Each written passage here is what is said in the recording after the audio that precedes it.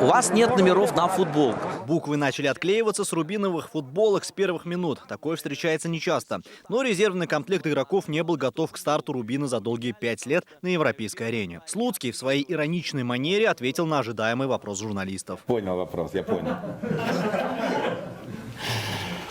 Ну что, у вас такой чистый экологический дождь, что наши номера не выдержали вот этого всего. Экология лучше, поэтому у нас рассчитан на кислотный дождь, а у вас чистый. В перерыве футболки с нанесенным маркером номерами официальные лица из УЕФА забраковали и не дали команде начать тайм в таком виде. Футболистам пришлось переодеваться на скамейках. Что касается самой игры, то здесь Рубину тоже пришлось несладко. Голевые моменты использовать не смогли, помешали и травмы игроков. Очень интенсивная игра на очень высоких скоростях, быстрое поле, мокрое.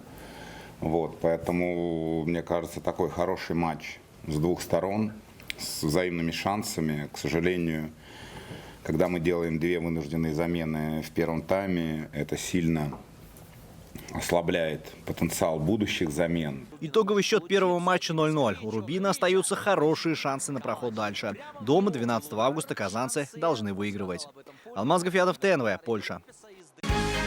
Закажи рекламу на ТНВ. Телефон в Казани 5 705 100.